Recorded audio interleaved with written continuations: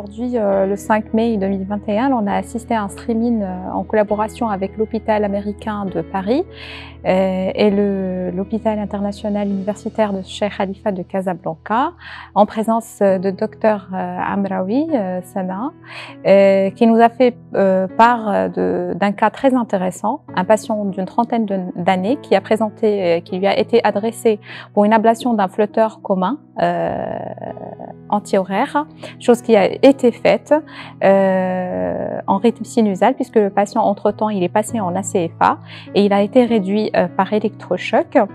Après quelques temps, le patient il a récidivé sa tachycardie qui était symptomatique. Et donc il a été réévalué.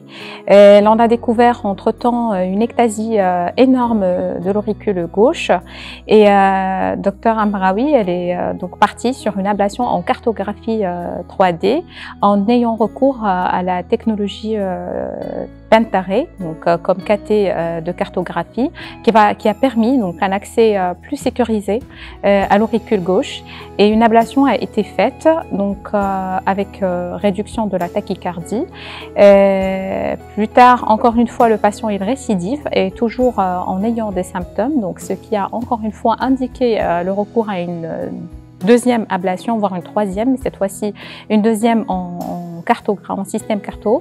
Donc là, aujourd'hui, c'est ça ce qu'on a assisté pendant cette séance de streaming. À noter que la première ablation, elle a été effectuée avec de faibles énergies, de par vu le risque lié à la position anatomique de cette ablation. Donc l'énergie qui a été utilisée, elle était de l'ordre de 20 watts. Aujourd'hui, par contre, il y a eu changement de stratégie thérapeutique. Donc, après la réalisation de l'ensemble des cartes anatomiques et de cartes d'activation et localisation des sites et des foyers arythmogènes, donc des tachycardies responsables de la symptomatologie du patient. Donc, les tirs qui ont été réalisés aujourd'hui étaient d'une quinzaine de secondes, donc beaucoup plus brefs, mais avec une énergie qui est un petit peu plus importante, qui était de l'ordre de 40 watts, donc avec un succès de la procédure.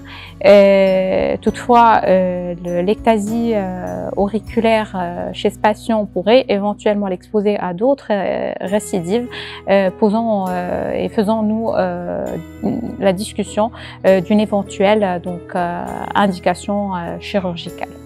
Donc voilà, on va revoir ça en replay avec de ce live, avec l'ensemble des éléments que je viens de décrire.